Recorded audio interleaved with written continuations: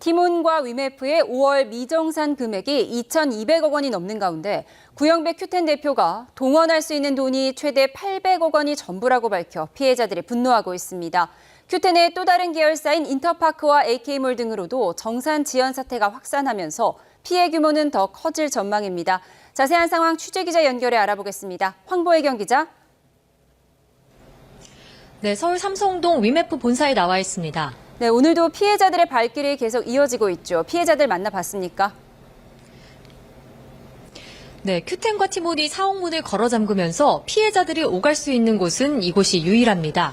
오후에도 정산 대금이 수억 원씩 묶인 판매자들이 지푸라기라도 잡는 심정으로 이곳을 찾았습니다.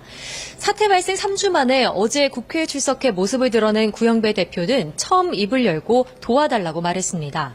사태 해결을 위해 동원 가능한 자금은 최대 800억 원인데 그것도 당장 활용하긴 어렵다고 했습니다.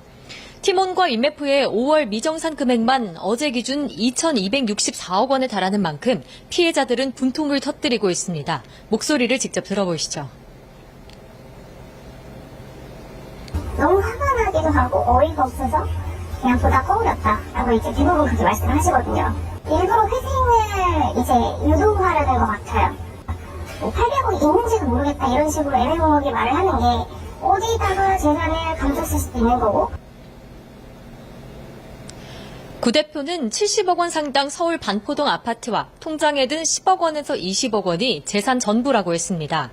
큐텐 지분도 38% 보유하고 있지만 그룹 전체가 경영난을 겪고 있어 지분 가치는 담보로 인정받기가 어렵습니다. 큐텐은 지난 2년에 걸쳐 이미 완전 자본 잠식 상태였던 티몬에 이어 위메프와 인터파크, AK몰 등 무려 5개 기업을 인수했습니다. 이 같은 무리한 사업 확장과 불투명한 재무 관리가 이번 사태의 원인으로 지목됩니다. 네, 큐텐의 또 다른 계열사죠. 인터파크와 AK몰에서도 정산 지연이 현실화하고 있다고요. 네, 우선 어제 국회에서 구 대표는 이 두 업체에서도 정산 지연이 불거질 수 있다며 시인했습니다. 목소리를 직접 들어보시겠습니다. 인터파크나 AK몰은 그 정산을 못하거나 정산이 지연되는 이런 사태가 발생할 가능성이 없습니까? 그럴 가능성이 있는 것으로 알고 있습니다. 이런 가운데 인터파크 커머스와 AK몰은 어제 저녁 판매자들에게 정산 지연 사실을 공지했습니다. 인터파크 도서도 최근 티몬과 위메프의 미정산 영향으로 서비스를 일시 중단하기로 했다는 공지를 올렸습니다. 소비자 피해 접수도 증가하고 있습니다. 지난 22일부터 어제까지 한국소비자원에 접수된 큐텐 계열사 5곳 관련 소비자 상담 건수는 7,700여 건입니다. 소비자원은 내일부터 다음 달 9일까지 한국소비자원 누리집에서 티몬과 위메프 피해 소비자들을 대상으로 집단 분쟁 조정 신청을 받을 계획입니다. 지금까지 서울 삼성동 위메프 본사에서 YTN 황보혜경입니다. 인터파크 도서 서비스 중단과 관련해 교보문고 관계자는 어제 하루 인터파크 도서에서의 판매 대금이 정산되지 않았다며 피해 규모가 크진 않지만 인터파크 커머스가 큐텐 계열사임을 고려해 우선 판매 중단에 합의한 거라고 설명했습니다. 실제로 이날 오전 인터파크 도서에서는 책을 구매하려고 시도하면 판매자의 사정으로 주문이 불가하다는 공지가 나오고 있습니다. 검찰과 경찰에는 티몬과 위메프 환불대란 사태와 관련해 법적 책임을 묻겠다는 고소장이 이어지고 있습니다. 오늘은 티메프에 입점한 판매자들이 경영진을 고소했는데요. 취재기자 연결해 알아보겠습니다. 김철희 기자. 네, 김철희입니다. 네, 앞서 소비자들에 이어 오늘은 판매자들도 고소장을 냈다고요. 네, 그렇습니다. 일부 소비자들이 검찰과 경찰에 각각 고소장을 접수하며 대응에 나섰는데요. 오늘은 판매자들이 서울중앙지검의 큐텐을 상대로 고소장을 접수했습니다. 큐텐그룹 대표들이 위시 등 전자상거래 업체를 인수하는 과정에서 판매자에게 지급해야 할 돈을 유용한 것으로 보이는 만큼 책임자들을 사기와 업무상 배임, 업무상 횡령 혐의로 고소하겠다는 겁니다. 직접 들어보시겠습니다. 셀러들에게 지급해야 될 자금을 그 기업 인수 자금으로 유용했다는 의혹이 불거지고 있습니다. 그래서 횡령이나 배임 부분을 문제 삼고 있고요. 피해자 고소가 이어지는 가운데 전담 수사팀을 구성한 검찰은 본격적인 수사를 준비하고 있습니다.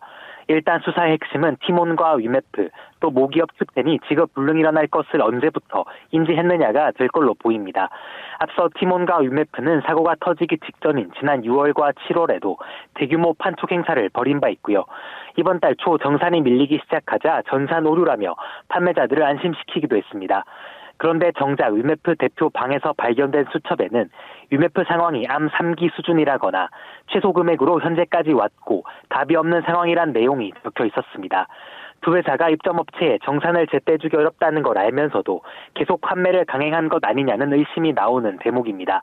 또 이번 사태의 배경에 큐텐의 무리한 계열사 상장이나 몸집 부풀리기가 작용했다는 분석도 나오는데요.